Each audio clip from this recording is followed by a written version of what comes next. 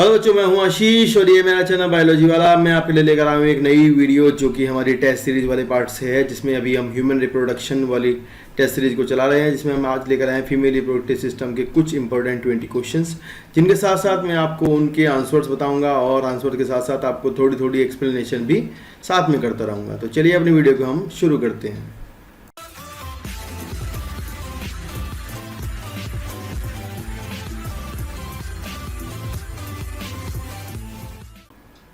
हमारा पहला क्वेश्चन बच्चों है graafian follicle are found in. तो ग्राफिन फोलिकल किस में होते हैं? ओवरी ऑफ मैमल में, testis of mammals, liver of mammals और ओवरी ऑफ फ्रॉग। इन चार में से किस में हमें देखने को मिलते हैं ग्राफिन फोलिकल? तो आपको पता ही है बच्चों की भाई ग्राफिन और फोलिकल हमारे ओवरी ऑफ मैमल्स में देखने को मिलते हैं। तो मैमल की ओवरी में आपको पता ही है यार होता क्या है कि मान लो ये आपकी ओवरी होती है, तो इस ओवरी में आपको पता है कि जब डेवलपमेंट होता है तो पहले प्राइमरी फोलिकल बनता है, उसके बाद सेकेंडरी बनता है, सेकेंडरी के बाद टर्शरी बनता है, टर्शरी के बाद ग्राफिन फोलिकल। तो ग्राफिन फोलिकल की खास प्रॉपर्टी होती है, जिसके बाहर आपको पता है थीका एक्सटर्ना होगी, इसके अंदर आपको पता है थीका इंटरना होगी, अंदर एक ग्रेनुलोसा सेल होगी और एक कैविटी होगी जिसको हम कहते हैं एंट्रम।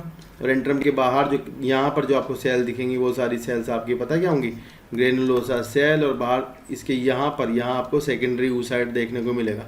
ध्यान ये रखना है आपको कि आपका अभी सेकेंडरी oocyte बन चुका है, यानी आपका जब टर्शरी जो फॉलिकल था उसी के अंदर आपकी मियोसिस 1 कंप्लीट हो चुकी है। उसके बाद जो फॉलिकल बनता है उसको अपन कहते हैं टर्शरी फॉलिकल, ग्राफिन फॉलिकल, जिसमें आपका सेकेंडरी oocyte होता है। तो यहाँ से उसके बाद ओवुलेशन होगा, ओवुलेशन में आपका जो सेकेंडरी oocyte है वो उसके बाहर निकलने वाला है। तो हमारा आंसर हुआ ovary of mammals. Next question है the main function of corpus luteum. तो भाई कॉर्पस ल्यूटियम का मेन फंक्शन क्या है? तो ये तो आपको पता चल ही चुका है। Secrete progesterone, facilitate ovulation, facilitate fertilisation, facilitate passage of ova in oviduct. तो हमारा आंसर है सीक्रेट प्रोजेस्टेरॉन। तो भैया आपको बता ही दिया है कि प्रोजेस्टेरॉन बनाएगा। प्रोजेस्टेरॉन का काम क्या है ये आप जान लीजिए जाकर के। प्रोजेस्टेरॉन आपका क्या करने वाला है कि भाई जो आपकी यूट्रस होती है ना, ये इस यूट्रस के अंदर की जो लाइनिंग होती है उसको कहते हैं अपन एंडोमेट्रियम। यहाँ इसमें हमारा क्या होने वाला है? एंडोमेट्रियम के अंदर यहाँ पर हमारा इम्प्लांटेशन होने वाला है। तो ये क्या करता है? प्रोजेस्टेरॉन जाएगा और इसकी बहुत ज़्यादा मेंटेनेंस करता है, यानी इसको कॉन्ट्रैक्शन से बचाता है, इसको टूटने से बचाता है, और ये ज़्यादा ही वेस्कुलराइज हो जाती है, मतलब कि पूरा इसका नरिशमेंट हो जाता है किसके अंडर में? प्रोजेस्टेरॉन के अंडर में। फर्दर प्रेगनेंसी जब हो जाएगी, जब इसके अंदर क्या हो जाएगा? इम्प्लांटेशन हो जाएगा, तो उसके बाद भी आपका प्रोजेस्टेरॉन इसको मेंटेन रखने वाला है, ये आप ध्यान रखिएगा। नेक्स्ट हमारा क्वेश्चन है the fertilisation of ovum takes place in rabbit, man and other placental mammals in. तो ये पूछ रहे हैं कि भाई फर्टिलाइजेशन किस जगह पर होता है? ओवरी, फेलोपियन ट्यूब, सर्विक्स और यूट्रस। इन चार में से कहाँ देखने को मिलता है फर्टिलाइजेशन? तो हमारा जो आंसर होगा वो होगा फेलोपियन ट्यूब। तो भैया ये ध्यान रखना, इसमें से कई बार क्या आता है क्वेश्चन आपसे पूछते हैं कि फेलोपियन ट्यूब का जो ये वाला पार्ट होता है एम्पुला, ये वो प्लेस होता है the most widest part of the fallopian tube, जिसको अपन कहते हैं एम्पुला। ये आपका कैसा पार्ट होता है जिसमें फर्टिलाइजेशन होता है? कई बार आपको बहुत ज़्यादा ही कहीं लिखा मिलेगा जहाँ एम्पुला और स्टमस का जंक्शन होता है वहाँ पर हमारा फर्टिलाइजेशन होता है। तो ये ज़्यादा सही आंसर है, वो बिल्कुल थोड़ा ज़्यादा सही नहीं है, वो बिल्कुल एप्रोप्रिएट मतलब पॉइंट हो गया। तो ऐसा पॉइंट तो नहीं होता, क्योंकि पहले की एनसीईआरटी में ऐसा लिखा हुआ था, आजकल क्या है एम्पुला बता दिया गया। तो आप ध्यान रखना कि एम्पुला और फेलोपियन ट्यूब जो जगह होती है उसी में हमारा क्या होता है? फर्टिलाइजेशन होता है। नेक्स्ट हमारा क्वेश्चन है expanded proximal part of oviduct in female is. तो ओविडक्ट का जो फीमेल की वो एक्सपेंडेड पार्ट जो होता है वो कौन सा होता है? यूट्रस होता है, फिम्ब्रिएटेड फनल, वेस्टिब्यूल और फेलोपियल ट्यूब। इन चार में से जो हमारा आंसर है वो है फिम्ब्रिएटेड फनल।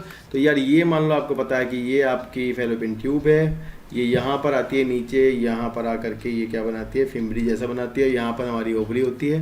तो ये फिम्बरी का काम होता है कि जो आपका सेकेंडरी oocyte यहाँ ओवुलेशन के बाद निकल कर आया है, ये उसको उठा लेगी। यहाँ से उठाने के बाद ये आपका एम्पुला में पहुँच जाएगा और यहाँ पर हमारे स्पर्म बेचारे आ रहे होते हैं, उनका आकर के इससे फर्टिलाइजेशन हो जाएगा। ठीक है ना? तो ये पूछा है कि भाई कौन सा पार्ट इसका होता है, तो ये वाला पार्ट इसकी बात कर रहे हैं, तो ये ध्यान रखना, ये वाला पार्ट की बात। नेक्स्ट है हमारा question the graphene follicle contain. तो ग्राफिन फोलिकल क्या रखता है भाई? ग्राफिन फोलिकल में हुबोनियन सेल होती है, कॉर्पस एल्बिकेंस होता है, कॉर्पस ल्यूटियम होती है, थीका एक्सटर्ना, थीका इंटरना होती है। तो इन चार में से हमारा आंसर होगा कि ग्राफिन फोलिकल के रेस्पेक्ट में वो होगा हमारा थीका एक्सटर्ना और थीका इंटरना। तो भाई ग्राफिन फोलिकल के बाहर एकदम लेयर बन जाती हैं, तो सबसे बाहर की लेयर होती है दैट इज थीका एक्सटर्ना, और उसके अंदर की लेयर जो होती है उसको बोलते हैं अपन थीका इंटरना। ये फाइबरस होती है, जबकि जो अंदर वाली होती है वो वेस्कुलर होती है, इसमें ब्लड सप्लाई होती है। तो ये क्या करते हैं, यहाँ इसके बाद जो हमारी ग्रेनुलोसा सेल्स होती हैं इसके अंदर, वो ग्रेनुलोसा सेल के में कोई सप्लाई ऑफ ब्लड नहीं होती, क्योंकि अपना जो सेकेंडरी oocyte होता है ना, यहाँ ये गैमेट होता है, ये हैप्लॉइड होता है। तो अगर हैप्लॉइड सेल ब्लड के कांटेक्ट में आएगी तो भाई उसको एंटीजन समझ लेंगे। तो इसलिए आप जो ग्रेनुलोसा सेल है ये सब उसको बचा के रखती है। और बाद में क्या होता है, जब ये बाहर निकल जाएगा तो आपकी वेस्कुलराइजेशन टूट जाएगा, ब्लड सप्लाई इसके अंदर आ जाएगी, फिर ये बन जाएगा कॉर्पस ल्यूटियम। तो ये इसका आंसर है theca externa and theca interna.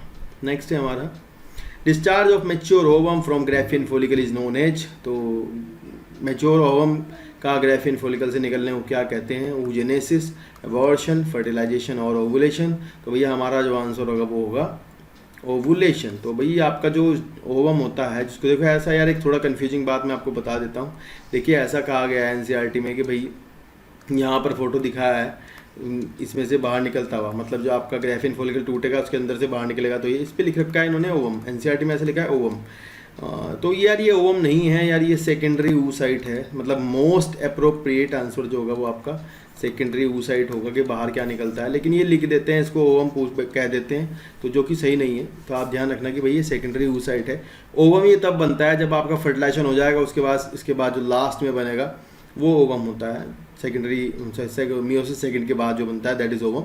ये ओवम नहीं है, सेकेंडरी oocyte। लेकिन क्वेश्चन के हिसाब से फिर भी आपको क्या लगना है, ओवुलेशन इसका आंसर होगा।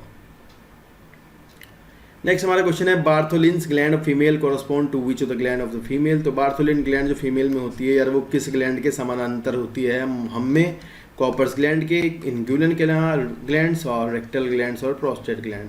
तो भैया हमारा जो आंसर होगा दैट इज कॉपर्स ग्लैंड।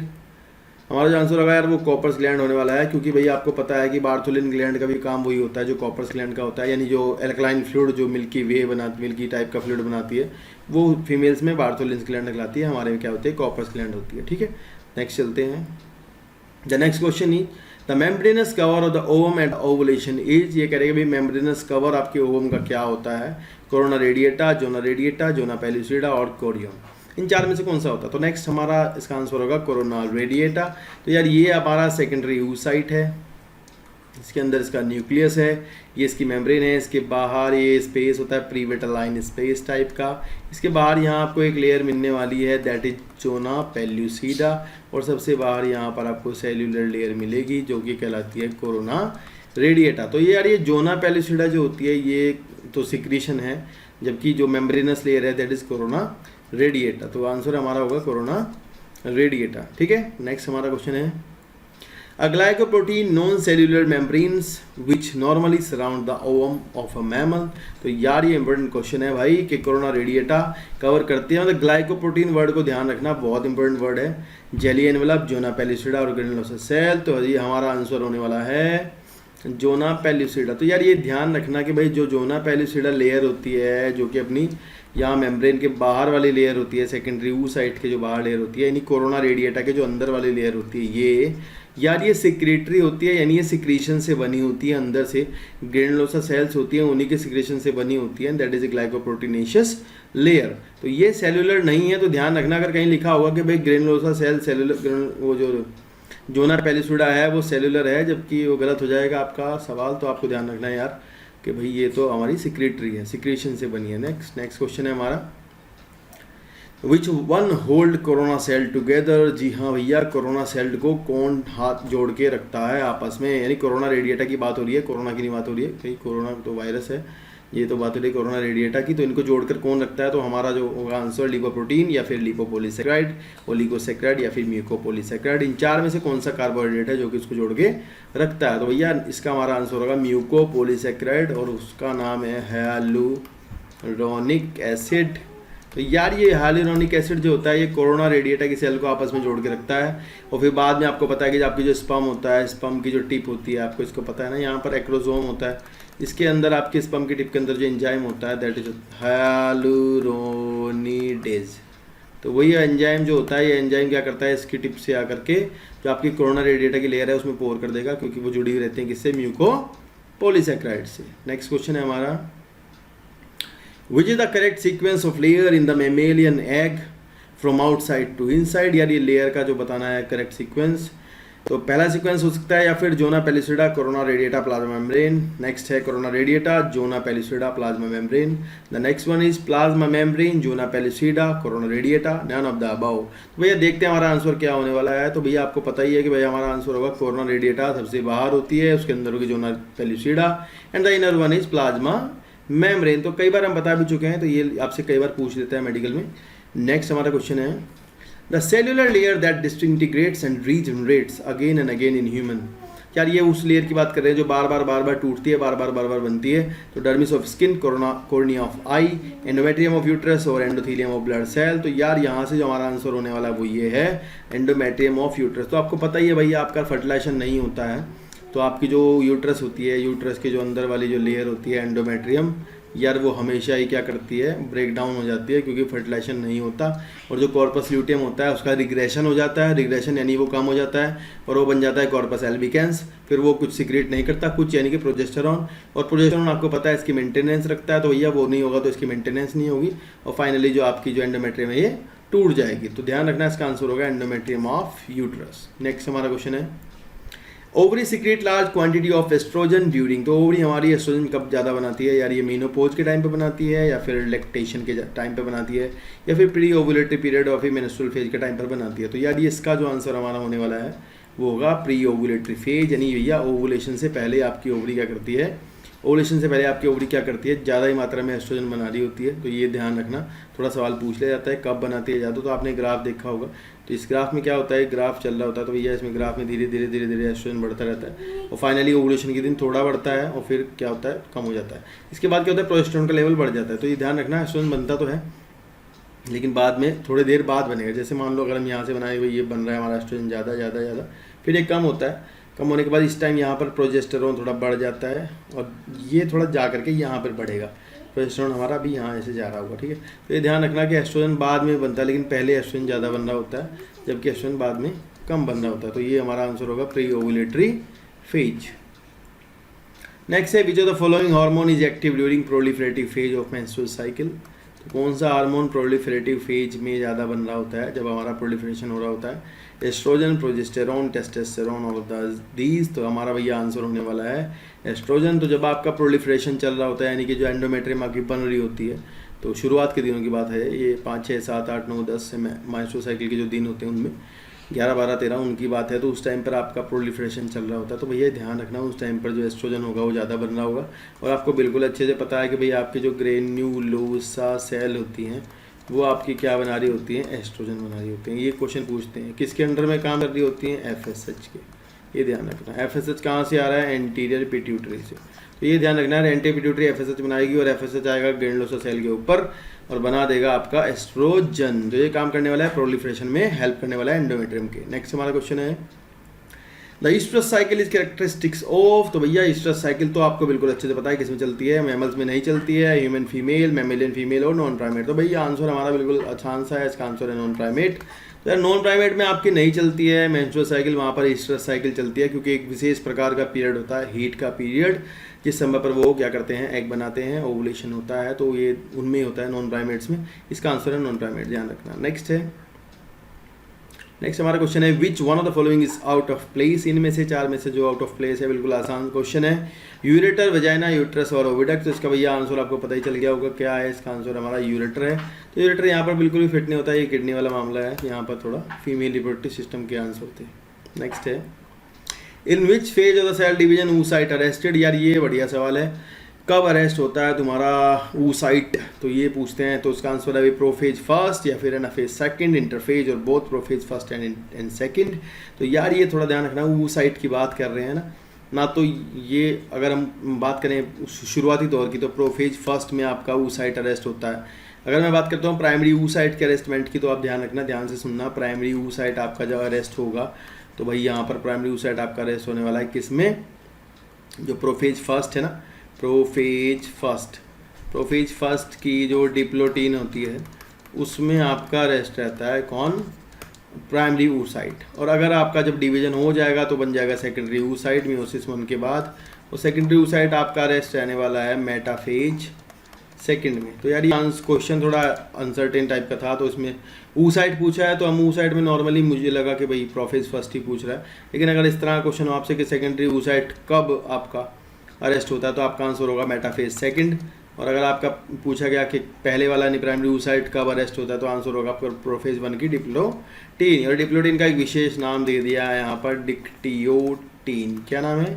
डिक्टियोटीन। तो ये पूछ लेते हैं यार ये क्वेश्चन ना, तो ये थोड़ा ध्यान से क्वेश्चन पढ़ना, क्या पूछा गया तब करना है ना।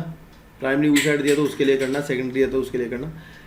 नेक्स्ट क्वेश्चन है हमारा, during oogenesis in mammals the second mitosis is completed. तो भैया oogenesis in mammals the second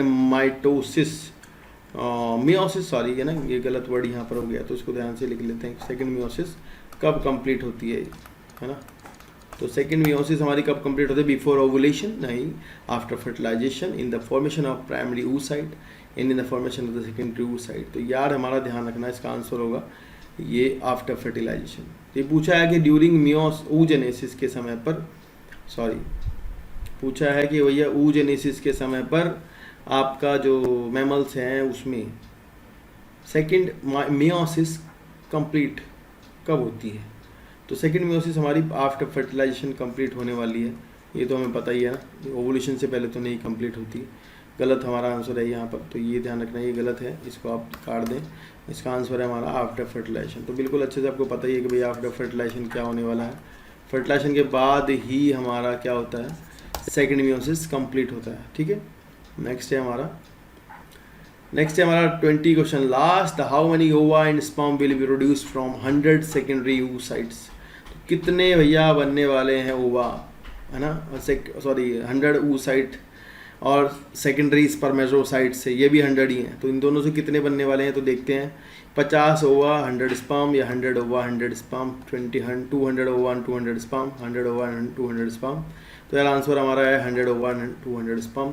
तो वही बात ऐसी है कि अगर आपके 100 सेकेंडरी oocyte है ना, तो यार 100 सेकेंडरी oocyte क्या होगा, ये बनाएंगे 2, बस 1 से 2 बनेंगे। आपको पता है ना 1 से 2 बनेंगे। तो आपको यहाँ कितने बनने वाले हैं? 100 सेकेंडरी oocyte हैं, तो इससे कितने बनने वाले? ओवा की बात कर रहे हैं ना। तो उसके बाद आपको पता है ना 1 ही बचता है फाइनली बाद में, तो हमारा 1 ही बचने वाला है। एक तो पोलर बॉडी बन जाएगा 1 से, और एक फंक्शनल बचता है।